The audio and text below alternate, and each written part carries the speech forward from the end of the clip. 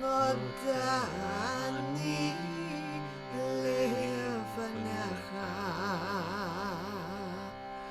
ruach chai v'kayam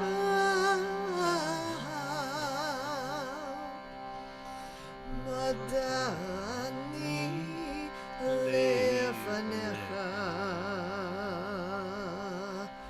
ruach chai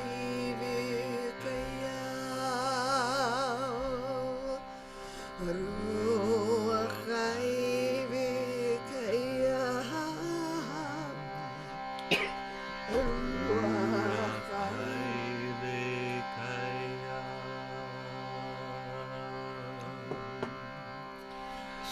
שחזרת בי נשמעתי בחמלה רבה אמונתך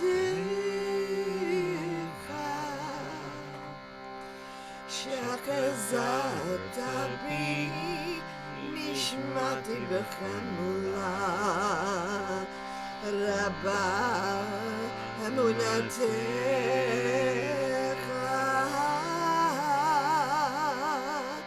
רבה אמונתך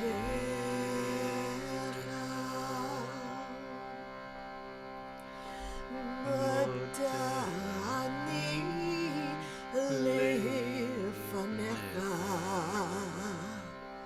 רוח חי וקיים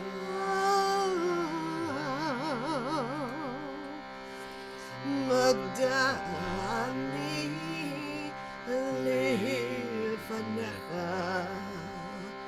רוח חי וקיים רוח חי וקיים רוח חי וקיים שחזרת בי נשמעתי בחמלה רבה אמונתך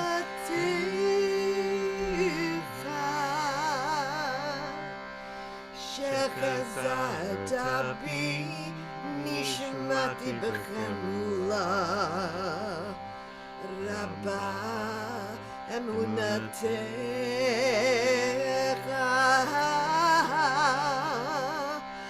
רבה אמונתך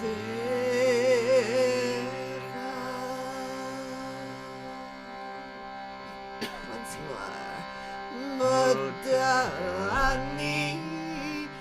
לפניך רוח חי וקיים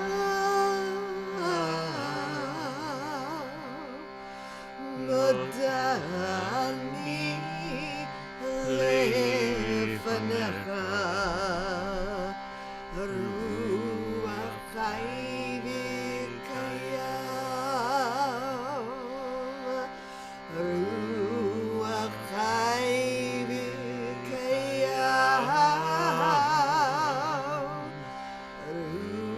רוח חי וקיים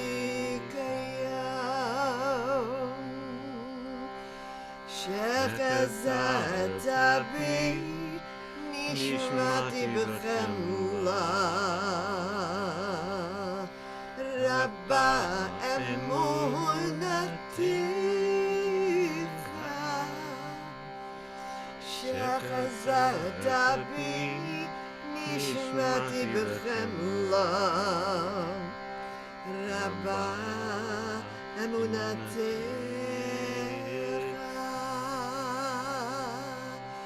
רבה אמונתך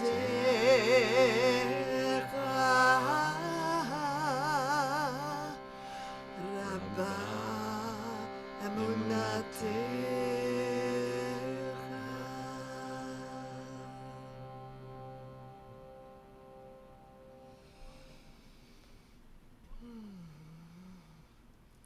Hello, KZOOMers. Hey, everybody. So grateful to see your faces. Feel your spirits. So we come together in a spiritual practice, and this is our last week, last KZOOM at the beach, and then we'll be on our way back to the mountain. But a little sad, but we do get to go back to the mountains. Change. It's about change. That's a good thing. And I always feel so. It lifts up my heart to see you and to feel your willingness to go into spiritual practice together.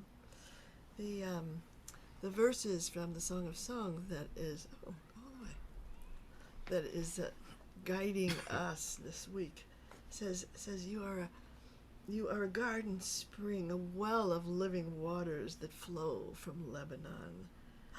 Awake, north wind. Oh, south wind, come.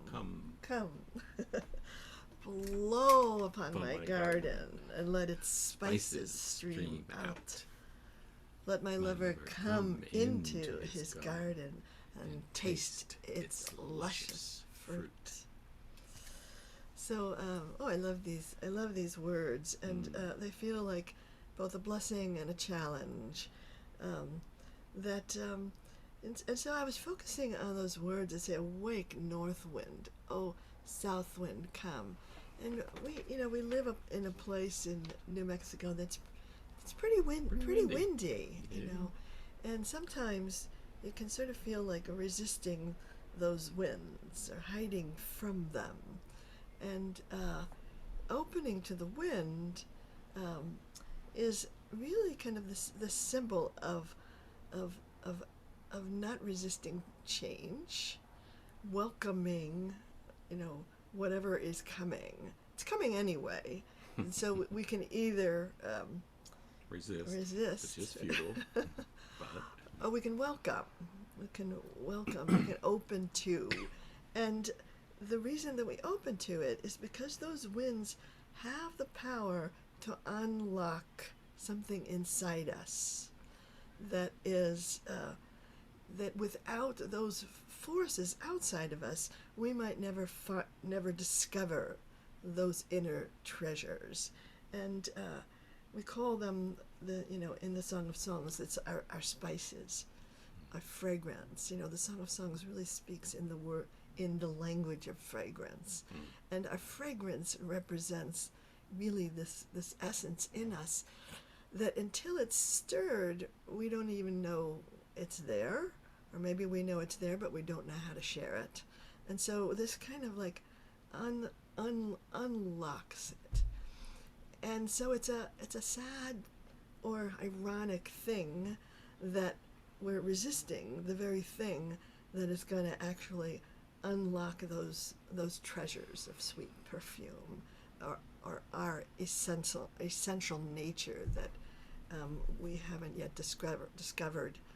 So this life is really all of the happenings of the world and my life, and all of the changes, and even all of the losses and grievings that I do have the power to open me, to allow that to come in, to go out to the world. And yet we resist. And sometimes I say that I think of the weather as maybe one of my first spiritual practices.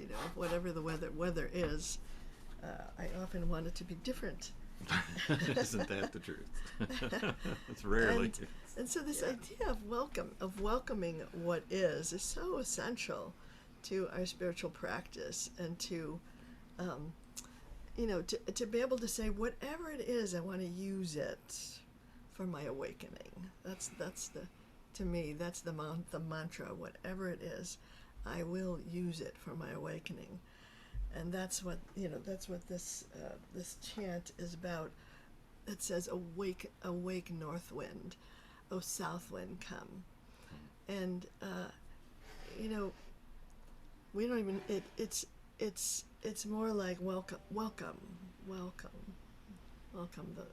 those whatever these changes. I find a lot of the welcome work that I need to do has to do with aging, the changes that come with aging. There's so much spiritual practice there in all the changes that we resist. So we want to open to and say, I want to use everything. So you might want to just put on the altar of the chant whatever it is that you struggle with, whatever it is that you resist, and to be able to open to it and say, whatever it is, I vow to use it for my awakening. And I will let this fragrance of my truth stream out through it. So let's. So you have anything you want to put on the altar, Rahma? When I have like unexpected pain things happen, and it kind of scares me, and it's like, oh my God, I'm gonna die. You know, those things. Oh. When I just like stop and go, oh, welcome, little pain. Shooting in my eye. Welcome. And I want to use it all for my awakening. Yeah. Away. No, let's do it. Uri tzafon uvoli tayman hafichi gani yizlu bisama hafichi gani yizlu bisama Uri tzafon uvoli tayman hafichi gani yizlu bisama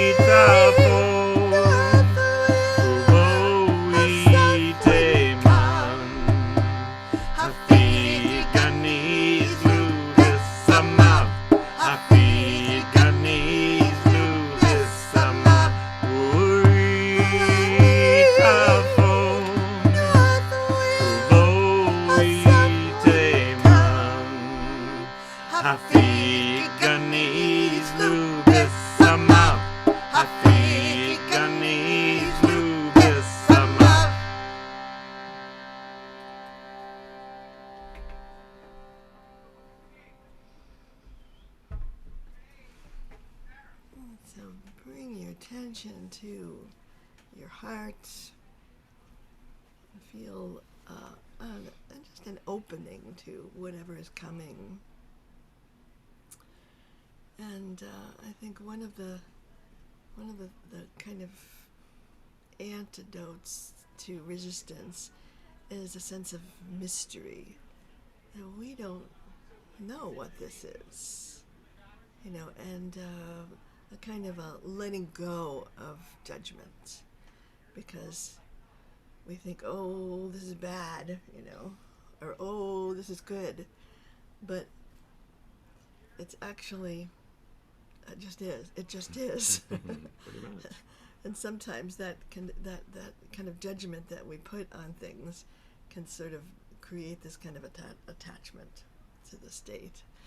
So when I was learning about energy from my teacher Paul Ray, he would always say this awareness of the state that you're in is so important. Mm-hmm. The awareness of the state you're in magnifies its benefit, and those states are always changing, but we could get attached to whatever state we're in. We can get attached to it, and that's what causes us suffering, really, because then we'll resist anything that is going to move us from that state. Even, I know some people who are even, maybe I should close that window, it's a little too noisy.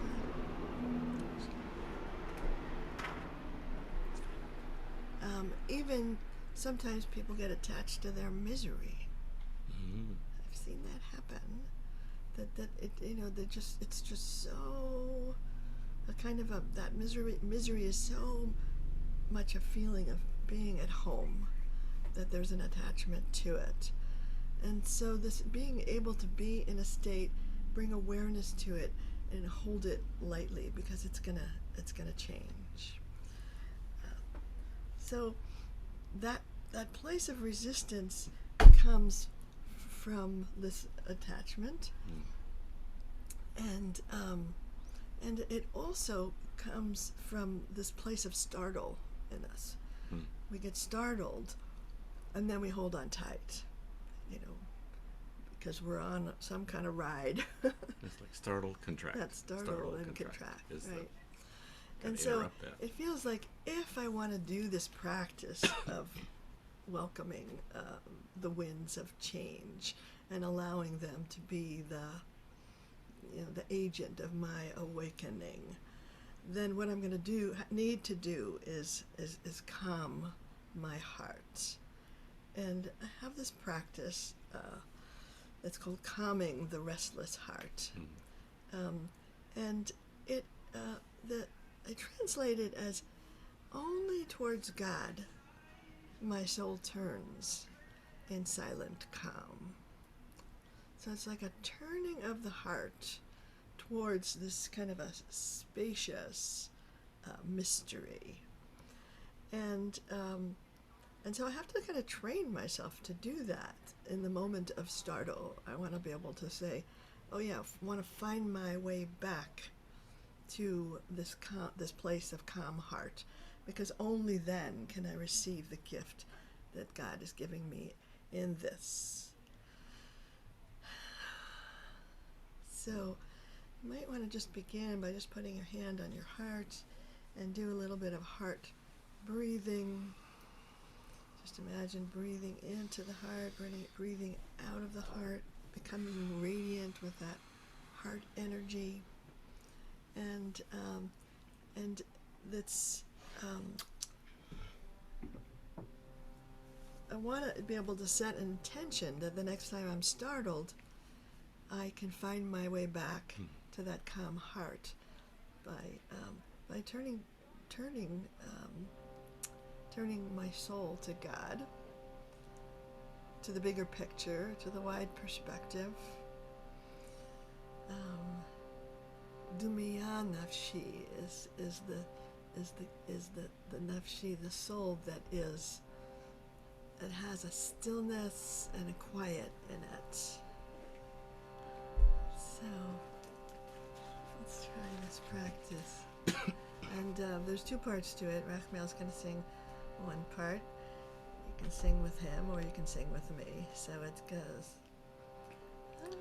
Ach Ayl-Elohim, dumiyah nafshi. Ach Ayl-Elohim, dumiyah nafshi. Ach Ayl-Elohim, dumiyah nafshi. Ach Ayl-Elohim, dumiyah nafshi. Ach Ayl-Elohim, dumiyah nafshi. Ach Ayl-Elohim, dumiyah nafshi. Ach Ayl-Elohim, dumiyah nafshi. Ach Ayl-Elohim, dumiyah nafshi. Ach Ayl-Elohim, dumiyah nafshi. Ach Ayl-Elohim, dumiyah nafshi. Ach Ayl-Elohim, dumiyah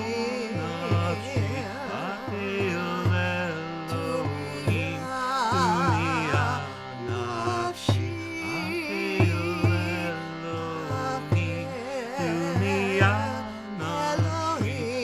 Ach Ayl-Elohim,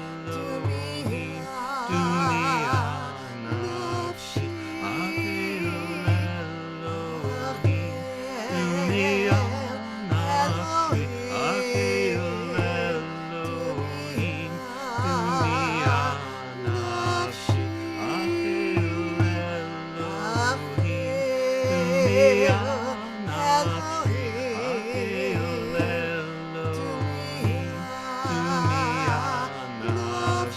Ach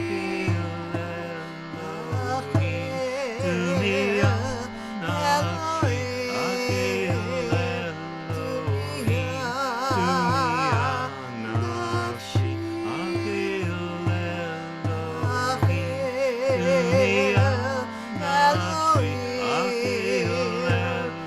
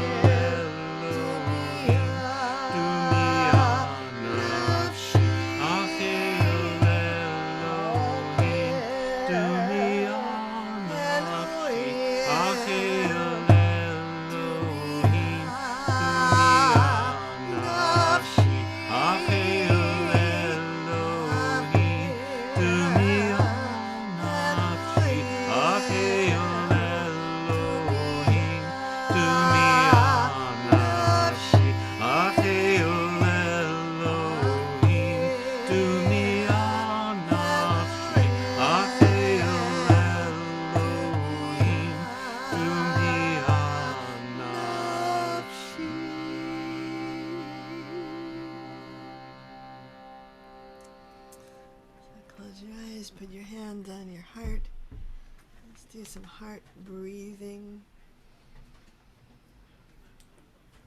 Just calming the heart.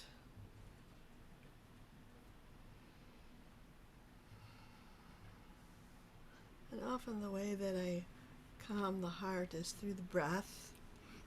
And the way that I do that is as I'm breathing out, I just add a little bit extra to that out breath. And breathing in, at the end of the breath, I just add a little bit extra to that in-breath. So that way we kind of elongate the breath, deepen it.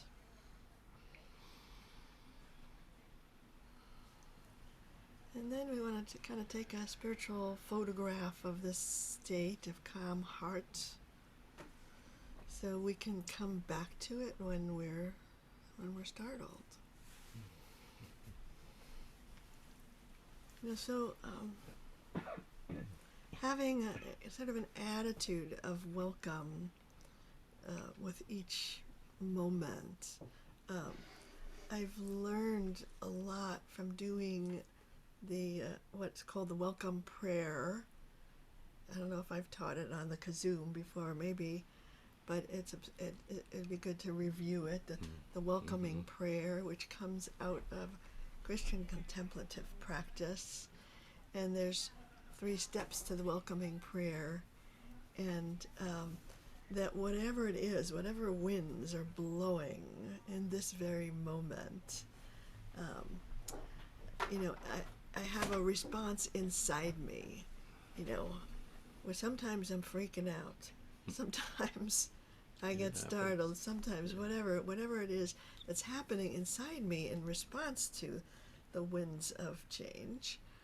I want to the first step is to notice, like, the feeling in my body, and to sink into that feeling, not go try to figure it out, but just sink into that feeling and find it in my body. And so, for me, when I think about a certain person that I have a little bit of tension with, I'm feeling that tension in my body, and I want to sink into it. And then I want to say, the second step of welcoming prayer, I want to say to that feeling inside me, welcome, welcome, welcome, welcome, you tense feeling. Sharp-shooting pain. Sharp-shooting. No, it's the feeling about it. It's not the pain you're welcoming. Oh, that's important. It's the feeling that it engenders. So fear, welcome, fear. Welcome, welcome, welcome. Good. And so we begin to soften our resistance to what is and say, welcome, welcome, welcome. And the third step of welcoming prayer is just a little thing that I say to myself. I say, I let go of my desire for security, affection, and control. Darn. And I embrace this moment as it is. I let go of my desire, my attachment to security, affection, and control. Security, affection, or control are the 3 kind of forces in us from which we build the false self. We build our egos out of that desire or attachment to security, to affection, meaning I want everybody to like me, right? And control, which is always an illusion, right? So as I the feeling in me, so it's like tending to those feelings in me, not pushing them down, not ignoring them, not overriding them, but really welcoming whatever the feelings are in us that are arising, knowing that God is speaking to us through those feelings. And so we want to welcome them as the winds that are. I keep thinking about Byron Katie, this wonderful spiritual teacher, and she has her neighbors have a name for her. She was in Bakersfield, California, which is really windy. Yeah, her neighbors call her, oh, you mean the woman who loves the wind? I thought that was something to really understand. What does it mean to love the wind? It means to open to what is, to love what is, because that's what is really. It's windy a lot. Yeah, but the winds being all of the ways that that life blows through our garden. Yeah. To let those forces that awaken us.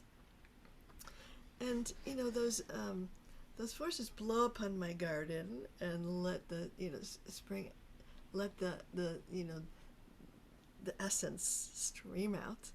But I also had this image. I know I'm shifting metaphors here, but in the center of my heart there is this place that is sparked by those winds, really, and that those winds actually, when I let them in to that place in my heart where there's a spark, where there's a passion, then that spark kind of leaps into flame, and that flame is the fuel for my spiritual practice.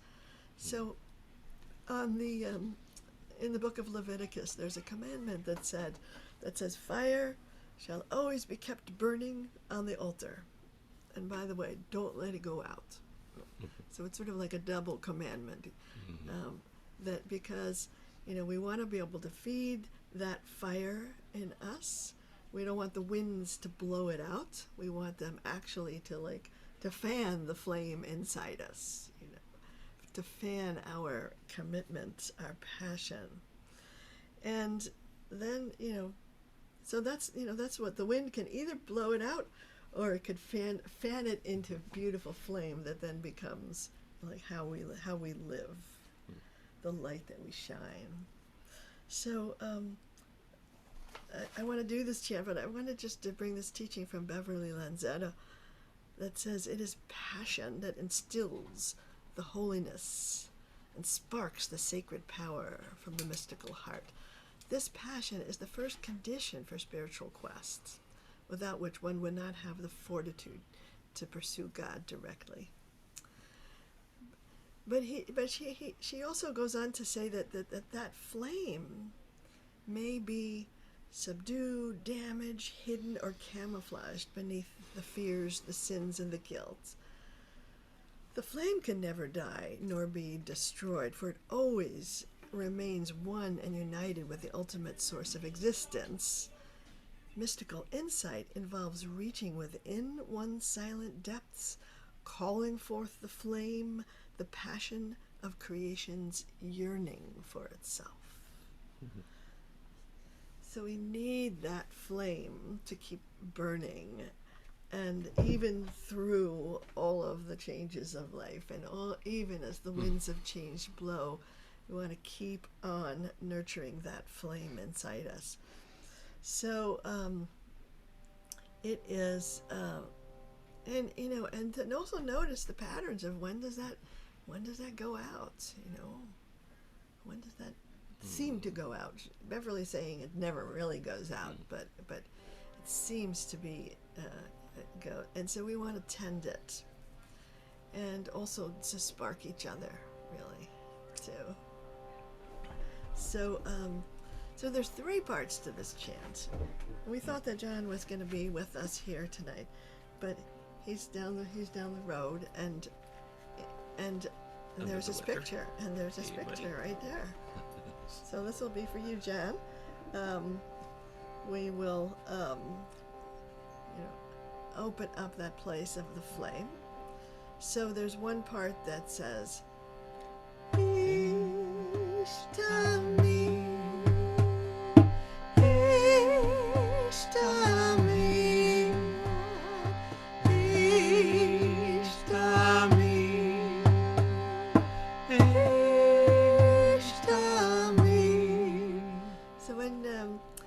just close your eyes, look inside your heart, and find the image of a flame that's burning, that is that we're going to keep it burning. That's the fuel for our practice here. and it is the fire of continual revelation. And then we might want to say, oh my God, I don't want this to go out. I don't want you to put it out. I don't want anything to put out my flame. I need that. I need to live inside that passion, no matter what. So, so we say lo tichbeh, lo tichbeh.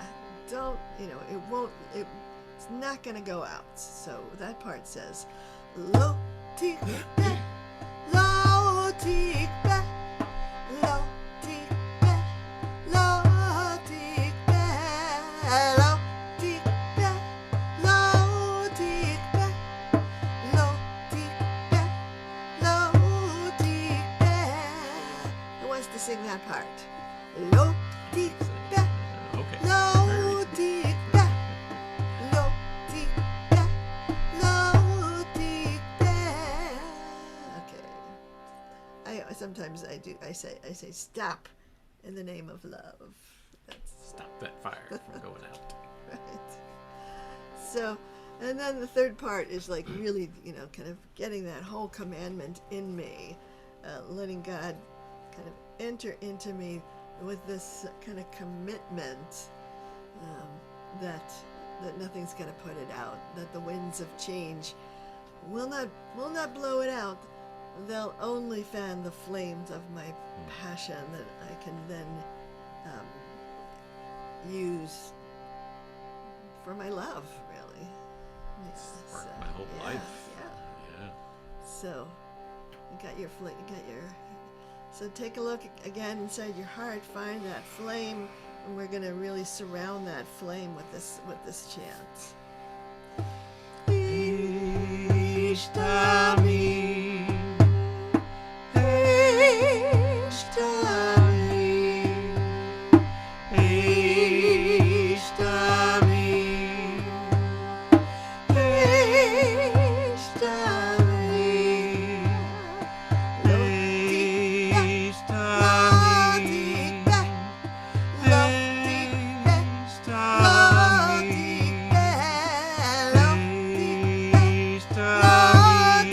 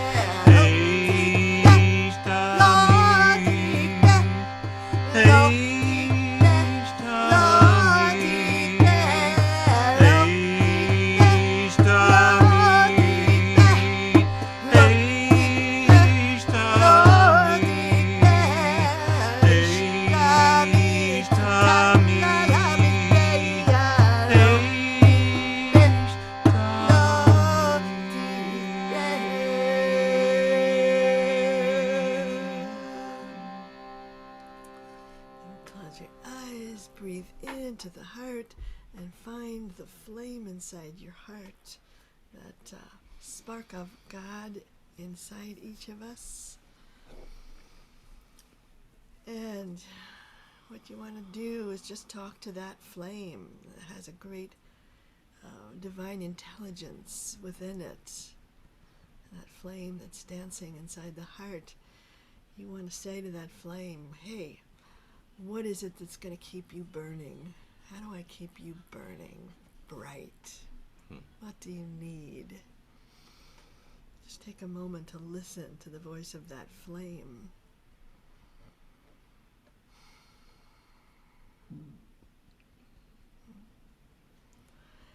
And you also want to just to ask the flame, and I know sometimes you seem like you get put out. What is it that puts you out, so I can be aware? What is it that puts you out? Smothers you.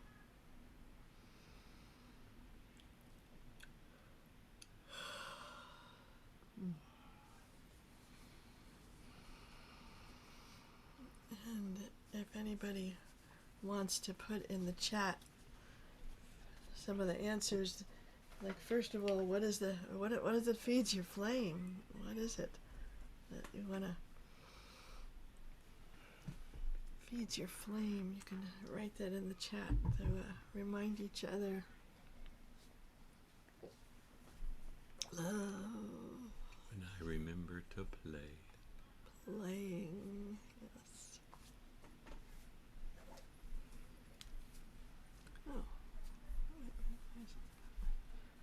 Okay. Awakening. Monday, flame fed by my attention. Connection, taking action. Self-compassion, oh yes. Listening to many voices instead of the one voice. Devotion, love, service, remembering Rabbamunatecha, flame, davening with Ruach, chanting, gardening, playing, blessing. Oh, Yeah. good. Yeah, Yeah. blessing others is Yeah. really. Nature, Our flames animal love beauty, remembering I am loved. Yeah. Okay, so the Nice, next very question. nice. Next question is what? Okay, what puts it out? What puts out your flame? I would say being too busy, Getting started. worry, Yeah, worry. Getting triggered. Pain, yeah, I hear you. overwhelmed, feeling responsible. Everyone. Yeah, tuning in. Stuffing myself with food, exhaustion. Resonating with panic. We don't need to connect with that frequency. Blame, shame, not enough. Exhaustion. Oh, yeah. Okay. So I'd have an awareness there. Anxiety. So we want to be just loyal to that inner divine presence inside us, to be able to feed it, not just once a week, but every day. Every day. To say what do I need? To say that to the flame. So one more practice I wanted to do. I love this practice. It comes from the story of Elijah, who was running for his life, and he is searching for God in the midst of it, having a very kind of dramatic, difficult time. And he's looking for God in the earthquake, and they can't find it there, and in the winds, and it's sort of describing the kind of the tumult of life, the earthquake and the wind and the fire, and after all of that, there is this stillness, and in that stillness, he hears this voice, which is the voice that we all need to be listening for, the kol dumiyah Dakah, this the still small voice, which is the voice of God, of wisdom, of truth, that emerges in that space that is after the fire, and maybe even the fire clears it away, so that we can kind of that we're awake. We're awakened by that fire, and by that wind, that thunder, that lightning, and then in that space afterwards, we are sent to listen to that still small voice. So the title of this chant is the translation of the chant. After the fire, a still small voice. And what I like to do is when I chant it, I like to feel like really in the first part when I'm saying Aish, I'd like to really feel that, like the tumult of life, and its explosive kind of nature. And then I want to get really still and hear the kol dumiyah Dakah in the voice that I'm chanting it. So let's see if we can bring these words to life. Ve'achar ha'esh, ve'achar ha'esh, kol dumiyah Dakah, ve'achar ha'esh, ve'achar ha'esh, kol dumiyah Dakah, ve'achar ha'esh, ve'achar ha'esh, kol dumiyah Dakah, ve'achar ha'esh, ve'achar ha'esh, kol dumiyah Dakah, ve'achar ha'esh, ve'achar ha'esh, kol dumiyah Dakah, ve'achar ha'esh, ve'achar ha'esh, kol dumiyah Dakah, ve'achar ha'esh, ve'achar ha'esh, kol dumiyah Dakah, ve'achar ha'esh, ve'achar ha'esh, kol dumiyah Dakah, ve'achar ha'esh, ve'achar ha'esh, kol dumiyah Dakah, ve'achar ha'esh, ve'achar ha'esh, kol dumiyah Dakah, ve'achar ha'esh, ve'achar ha'esh, kol dumiyah Dakah, ve'achar ha'esh, ve'achar ha'esh, kol dumiyah Dakah, ve'achar ha'esh, ve'achar ha'esh, kol dumiyah Dakah, ve'achar ha'esh, ve'achar ha'esh, kol dumiyah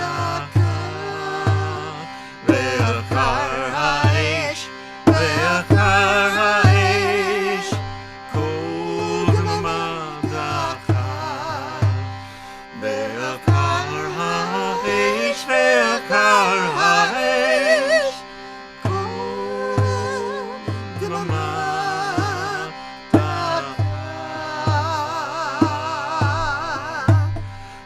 ve'achar ha'esh, ve'achar ha'esh, kol dumiyah Dakah, ve'achar ha'esh, ve'achar ha'esh,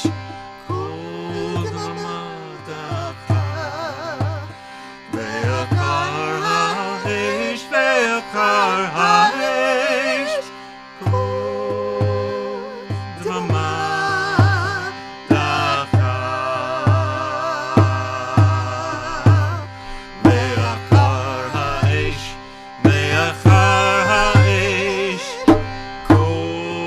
dumiyah Dakah, ve'achar ha'esh, ve'achar ha'esh, kol dumiyah Dakah, ve'achar ha'esh, ve'achar ha'esh, kol dumiyah Dakah, ve'achar ha'esh, ve'achar ha'esh, kol dumiyah Dakah, ve'achar ha'esh, ve'achar ha'esh, kol dumiyah Dakah,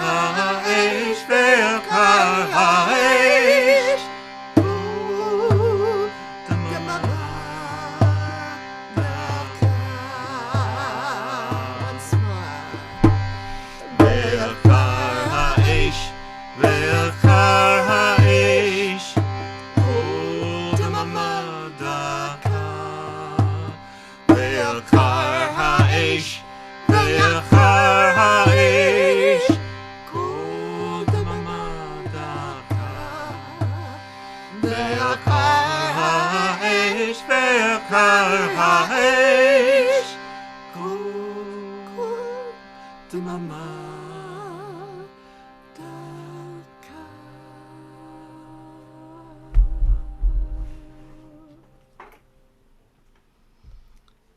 Let's take a moment to listen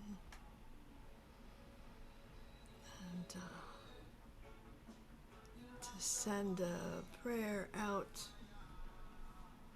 to the whole world, that of all of that fire and thunder and violence, brutality, all of the tumult of the world, that we afterwards we find the stillness, and we can all listen lovingly, clearly, attentively to that still small voice, which is the place where we're all connected.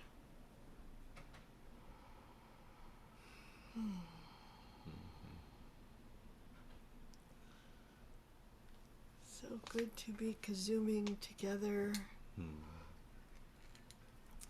I want to just take a look around the KZOOM room and just give a blessing to everyone that's here. Yay. And next week we are not going to be KZOOMing because we will be traveling on the road between here and home, here in New Mexico. But in 2 weeks. In 2 weeks we'll be KZOOMing again.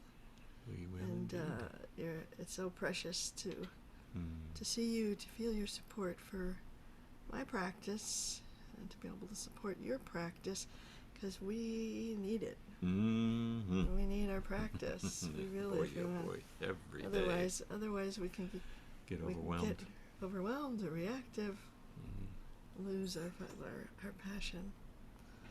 And so I